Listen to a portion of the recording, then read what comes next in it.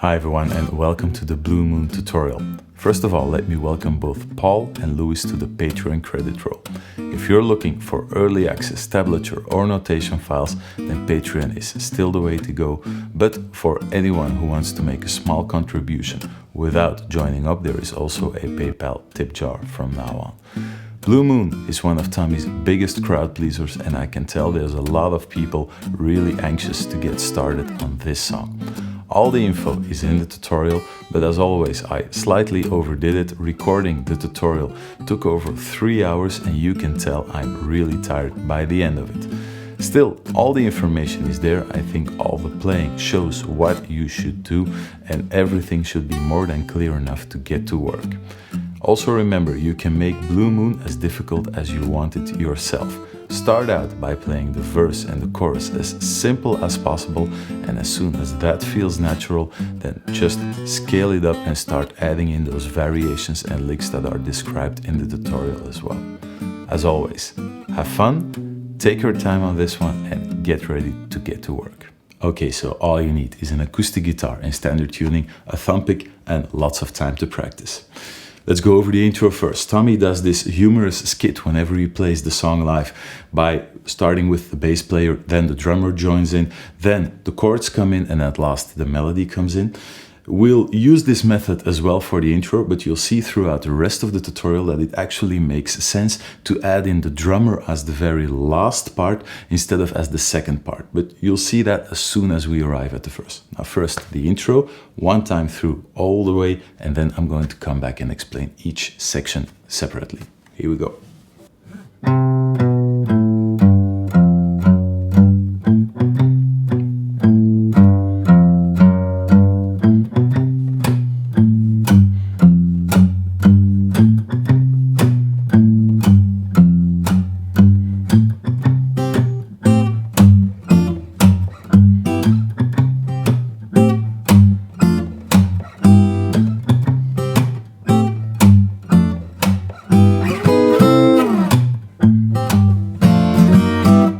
That's the full intro. Now, let's start with the bass part first. Often when Tommy plays this live, he will play this completely open, so no muting in the right hand yet. You're starting with basically a very simple bass line in C major. Starting on the C, 3rd fret on the A string, to the 2nd fret, B on the A string, to an open A string, and you're using ring finger, middle finger, open string, to the 3rd fret on the low E string, giving you a G, then swapping at this moment out to a index finger at the 1st fret to an F, F sharp 2nd fret with the middle finger, again 3rd fret on the low E string with the ring finger, and then an open A string, 2nd fret with the middle finger, and you're ending back up on that very first bass note again on the C. So really slowly. Ring finger, middle finger, open string, ring finger, index, middle finger, ring finger, open string, middle finger, and back to the first note. Now, this is all played in straight quarter notes except for the last 2 notes. Those are swung 8th notes. So 1, 2, 3, 4, 1, 2, 3, 4, 1, 2, 3, 4, 1, 2, 3, 4. That's the first 4 bars. Then Tommy adds in the bass. Then Tommy adds in the drummer. What he does right away is he will start muting with the right hand. So if you have played those first 4 bars open, Tommy sometimes even likes to play it quite close or even above the fretboard to give it a bit of a different sound. And then as soon as the second part comes in, he will start muting with the right hand to get you that muffled bass sound. So with the fleshy, the thicker part of the palm of your hand just lightly resting on the bass string. Then he's going to add in a backbeat. On the 2nd and the 4th beat, he's always going to add in a click with the thumb pick. Now, if you watch Tommy do this live, it's quite a big movement.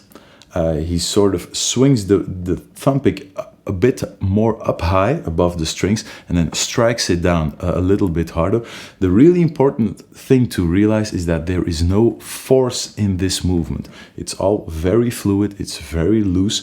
You're still playing the bass part, and the bass part should in terms of volume be quieter than the melody on top. So don't go putting in a lot of force or a lot of effort into that back lick. It should be rather soft. Tommy plays a very low action acoustic guitar, so pushing that bass string against the frets doesn't take that much of an effort. If you do that, you get this. So what I do is I ankle the thumb pick slightly down.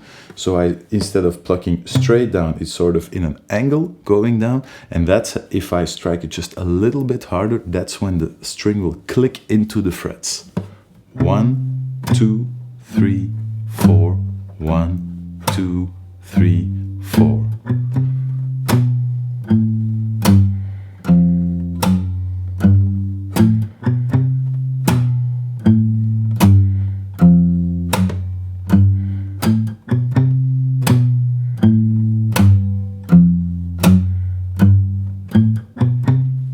Missed that last one there.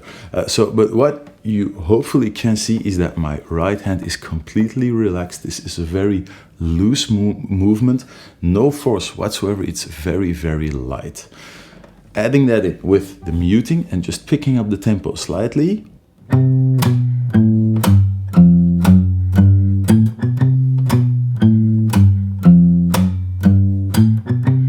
The trick is to really, as soon as you have that click of the plectrum against the frets, is to lift up the plectrum right away, because the bass note still has to sound out underneath.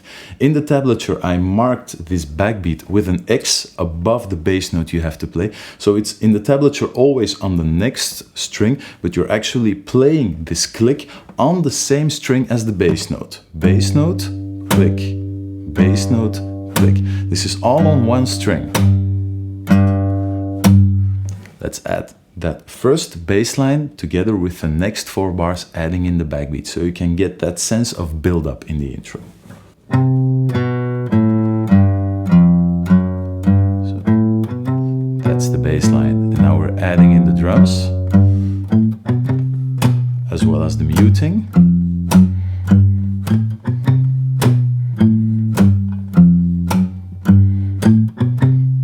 And then after those 8 bars, then the chords will start to come in. You're using 2 basic chord voicings. Over the C chord, you're using the pinky on the 3rd fret on the high E string, index finger 1st fret on the B string.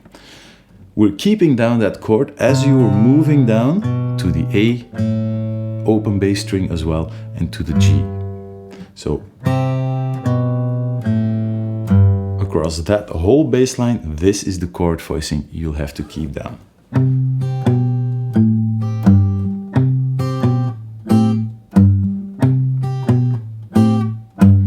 And Tommy always uses 2 basic variations. He uses a lot more different things than that, but most of it can be sort of narrowed down to 2 basic variations, which is playing the chord together with the bass note. 1, 2, 3, 4, 1, 2, 3, 4, and maybe muting the chord right after by just lifting up the finger slightly. 1, 2, 3, 4, 1, 2, 3, 4, or playing the chord right behind the bass note. 1, 2, 3, 4, 1, 2, 3, 4. Really slowly, together with the bass note. 1, 2, 3, 4. 1, 2, 3, 4. Behind the bass note. 1, 2, 3, 4. 1, 2, 3, 4. Those are the 2 basic variations Tommy will add in throughout the song over those chords. As you notice, I'm leaving out the backbeat at the moment, but take note as well that the 2nd and the 4th beat are nothing but the bass note. There are no chords on the 2nd and 4th beat. We're keeping those 2 beats mostly empty to add in that backbeat more easily afterwards. So those are the first few chords. 1, 2, 3, 4. Then we're moving to an F chord with an added sixth. We're using the thumb over the side of the neck, first fret on the low E string, third fret on the D string with the ring finger, middle finger, second fret on the G string, pinky, third fret on the B string, index finger, first fret on the high E string.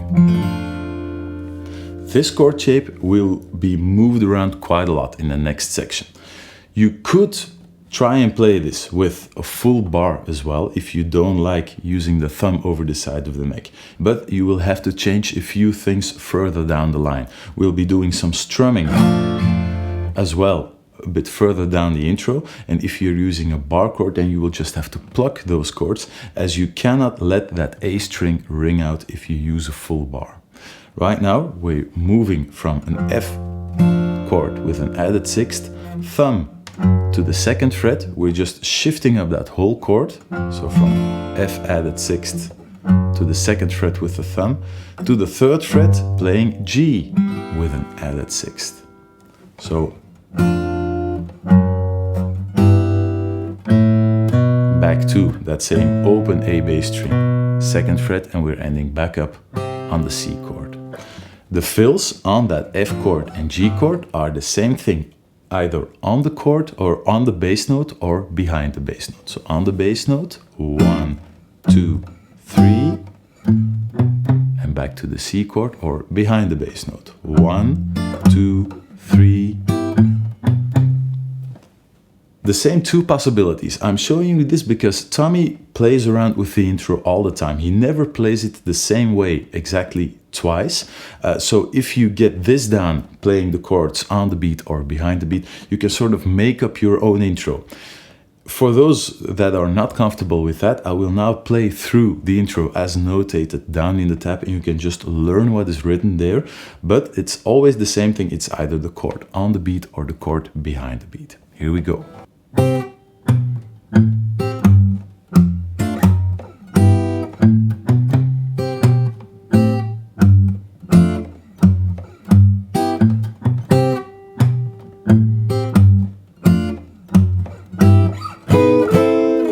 The only fill left. You're basically moving up that same added sixth chord from the third fret to the seventh fret, B added sixth,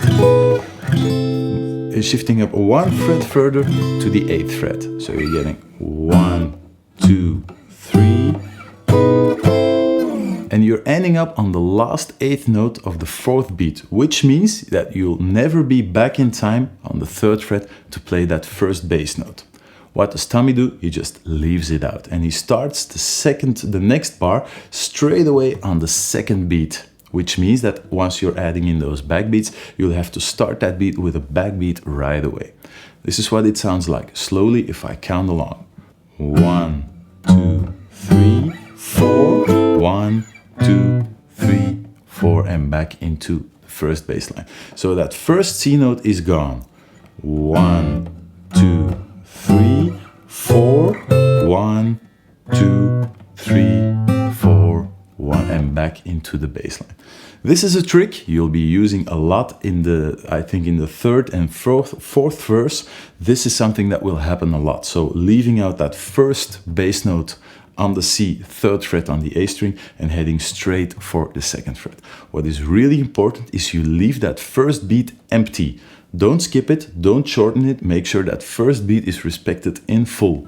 So one more time. 1, 2, 3, 4, 1, 2, 3, 4, and then we're ending the intro with just a couple of strums on the F chord, down, up, one fret up, and ending on the last upstroke again, one fret up on the G chord.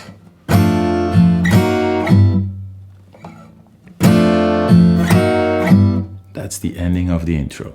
Let me put that all together, starting from the point where the chords come in.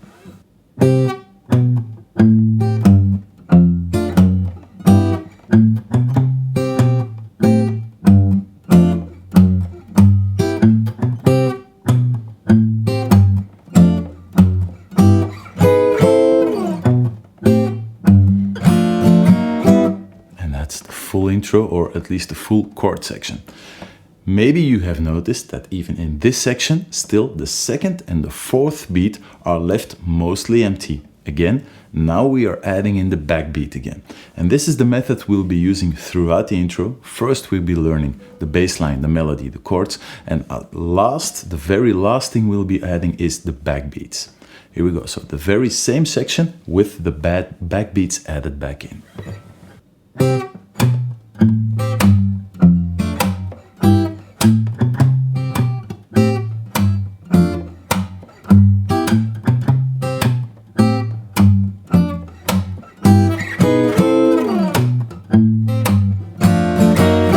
So as you can see on that last fill, there's no backbeat, and on that last strum, there's also no backbeat. It's just up and down strumming. Take extra care if you play that fill. 1, 2, 3, 4, 1, 2. And on that second beat, right away, the backbeat adding in on that second fret. That's the intro. Now let me try and play the full intro really slowly, all the way up to this point, and then we'll take a look at the verse right away.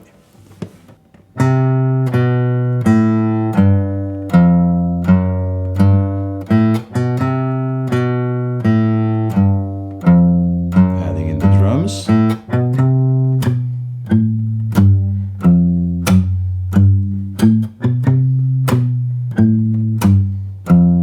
And the chords.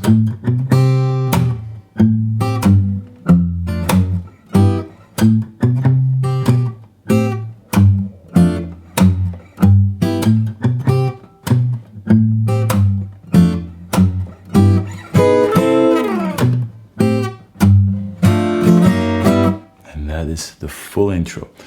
Don't worry if this sounds somehow a bit disconnected. Blue Moon relies heavily on a sort of oral deception that you're doing quite a lot of things together. You're actually not doing that much together.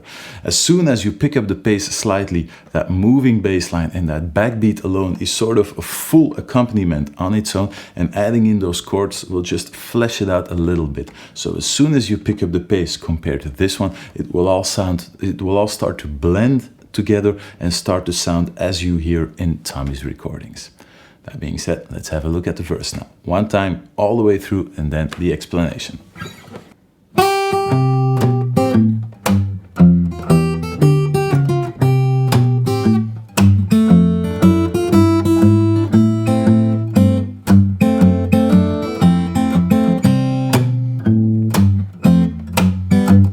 And that is the full verse. There's quite a lot to unpack here, so let's have a look. You're starting on the fourth beat with the melody. 1, 2, 3, 4, and then adding in on the first beat the same bass line we started out with. At the moment, you're playing the same descending bass line. So I'm playing the melody with a thumb pick. You could pluck it with the fingers as well, if that means less movement, or if you're not sure, you can get to that bass note straight away. But the melody played with the thumb pick does pop out more. And we're using the same chord shape right behind that second fret bass note. And we're trying to keep that chord on top as short as possible. And we're continuing to the open A bass string.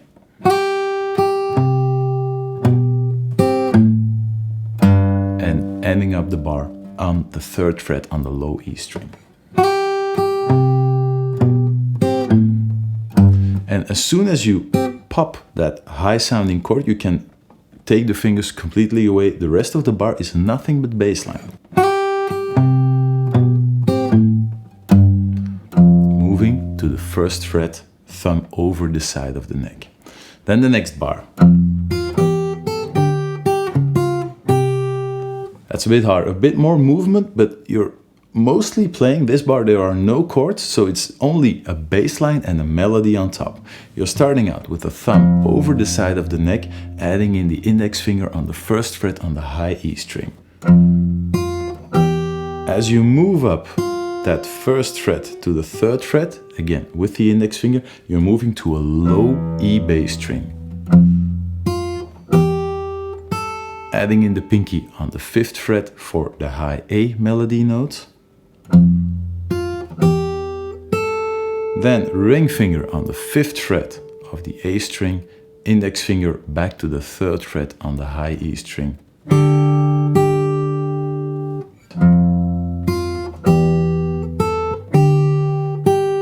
Moving down the ring finger to the 4th fret and the index finger to the 1st fret. That's a bit of a stretch.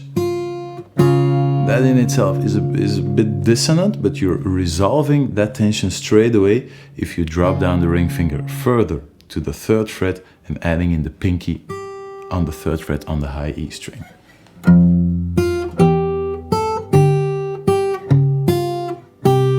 And this is again your starting point. You're back on the same C chord and you're launching into the same bass line yet again. Let me put those 2 first bars back to back.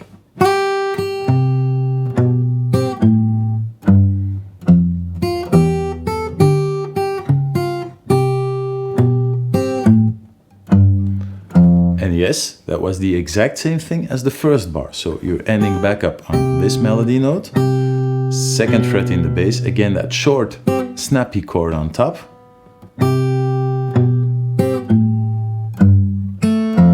And that's the only difference. At the end of this bar, you're adding in the middle finger on the 2nd fret on the G string before you add in the thumb on the 1st fret on the low E string. This will lead into the next melody line. Middle finger, thumb. That's the next bar. So you're ending up with the thumb, 2nd fret on the G string, thumb over the side of the neck, and this is a bit of a frilly movement. You're adding in the pinky, 3rd fret on the B string, 3, 4. Then the second beat is moving the thumb up to the 2nd fret together with an open E string. Try to keep the rest of that fingering down. Let it ring out as long as possible. Adding in the index finger on the 1st fret, getting sort of, which is strange, a D minor chord with an F sharp in the bass, but we're moving up that F sharp straight away. To 3rd fret with the ring finger, and everything else is open right now. Back to an open E melody note, ring finger 3rd fret on the bass note.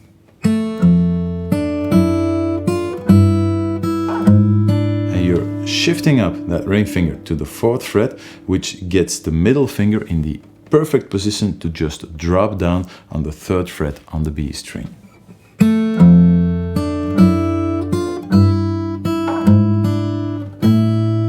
Open A string and an open high E string.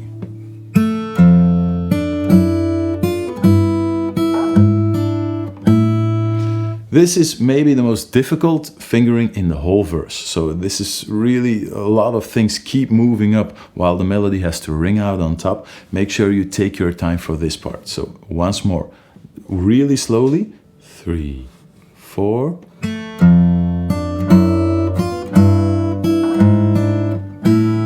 Luckily, it gets a lot easier. You're just ending up on an A minor chord, and we're not even playing a full A minor chord. We're just playing the 1st fret on the B string, 2nd fret on the G string. That's the melody. So you're ending up on those 2 open strings, 1, 2, and you're playing just straight quarter notes on that A string. Moving down the bass note to the low G on the low E string, ring finger, while keeping those 2 fingers down on top. Keeping down those fingers even longer and adding in the thumb over the side of the neck on the 2nd fret.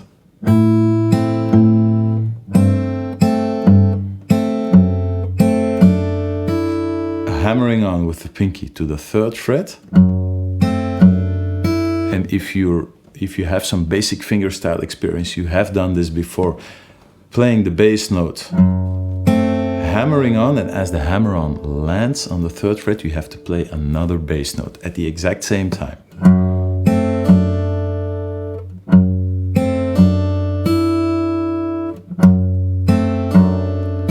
moving the thumb even further down to the first fret, playing a triplet on top in the melody, resolving back to a C chord. You could play, if that's possible for you, this is just a long bass note with a triplet on top. 1, 2, 3, 1, 2, 3. But you could also keep playing straight quarter notes in the bass, and that sounds like this. So right behind that second, third interval, you have to play another bass note. 3, 4, 1, 2. So 2 bass notes underneath that triplet. It's a bit of a trick. But once you get it down, you will be able to use it further down the road in the song as well, because we have a big fill coming up with the exact same polyrhythm, a triplet on top, and quarter notes down in the bass. Let me put that little A minor section starting from the A minor chord together, and then you basically have the full verse down.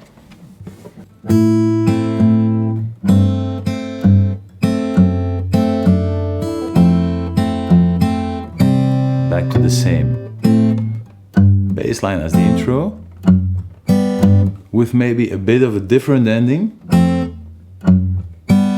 and ending on that G chord, and then right away you're launching into the second verse. Now let me play the full verse really slowly, back to back, everything we watched up until this point, and let's continue into the second verse and add some variations to that.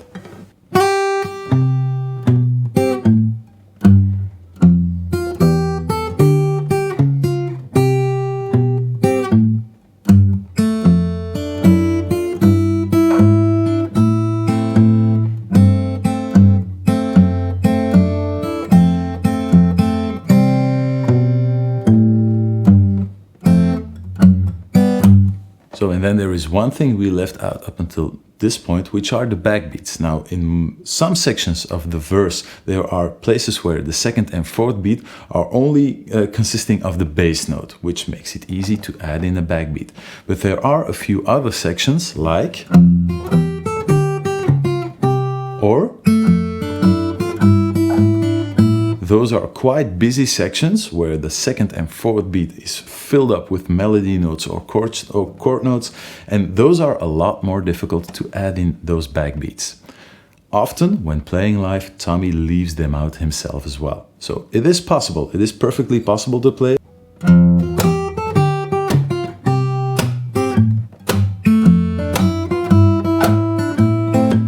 So you see, it's perfectly possible to play the backbeats in those sections as well, but Tommy himself often does not. This is where I would put those backbeats.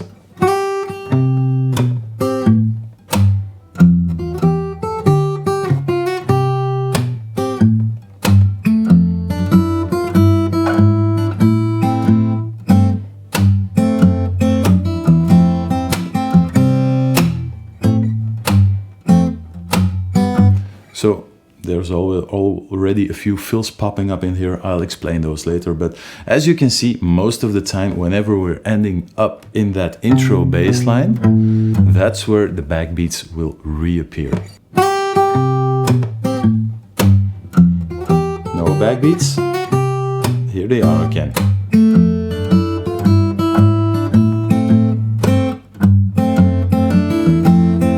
And here they are again. So they sort of weave in and out of the song. It is perfectly possible to play them all the way through, but don't feel obliged. And the second important thing is make sure you add them in as last. So first the bass line, the melody, then the backbeats to finish everything off.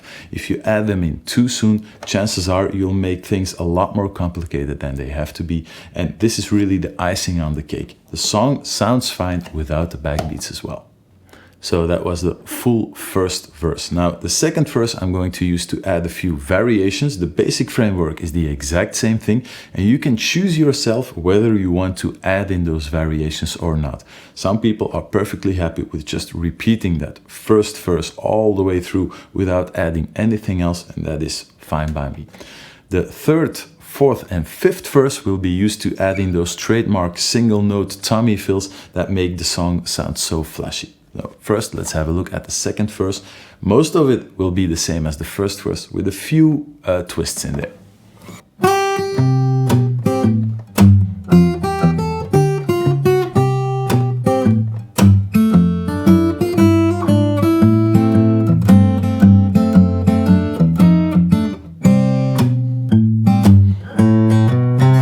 So, as you can see, most of the melody is the same. There is a massive triplet fill in there. So we're starting with the same basic bass line. And now I'm starting that melody note together with the bass note. So before that we had... And now I'm going to stretch that top melody across that bar in full quarter note triplets. And this is the same trick as we saw in the first verse with that F chord. Triplets on top, da, da, da, and quarter notes, pam, pam, in the bass. And this, now we're going to use that concept and stretch the melody in triplets across the bar while keeping the bass line in steady quarter notes.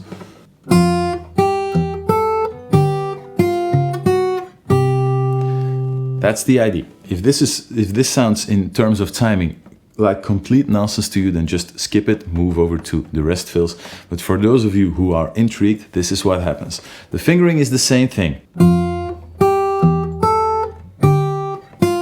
This is basically the only thing that changes, is that now you have to play that first fret in front of the bass note. So you first have to move down to the first fret index finger on the high E string and then add in the bass note on the fourth fret.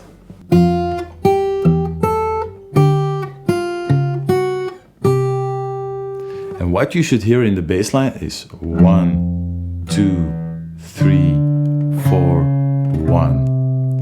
And in the melody you should get 1, 2, 3, 4, 1. That's the timing of the melody.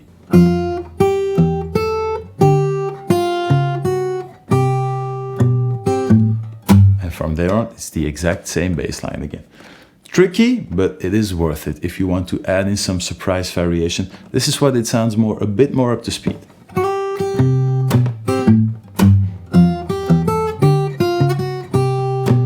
Same bass line. Little hammer-on and pull-off lick.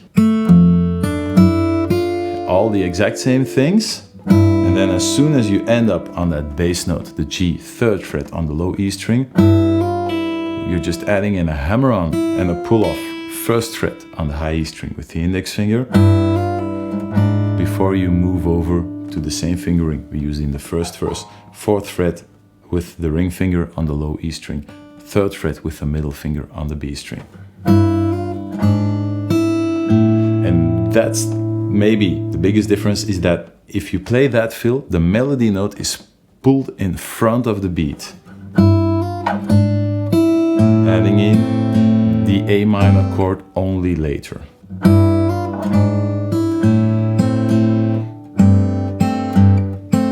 And then the last fill, moving to an F dominant 7th chord,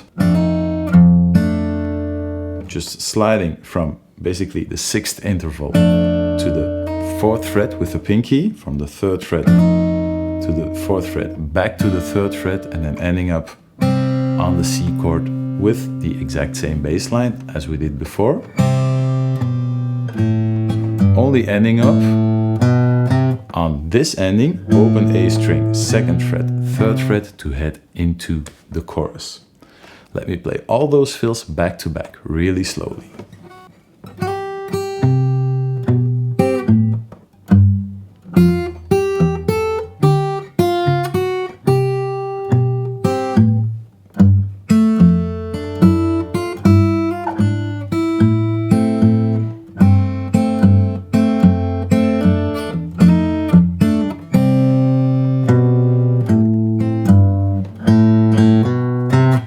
As you can see, one thing I forgot to mention, if you use that fill over the F chord, dominant 7th to 6th, the timing of that C chord can be pulled in front of the beat as well.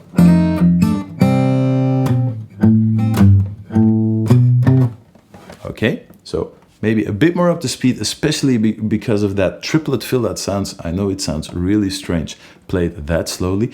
And I'm going to add in the backbeats again on roughly the same places as I did before.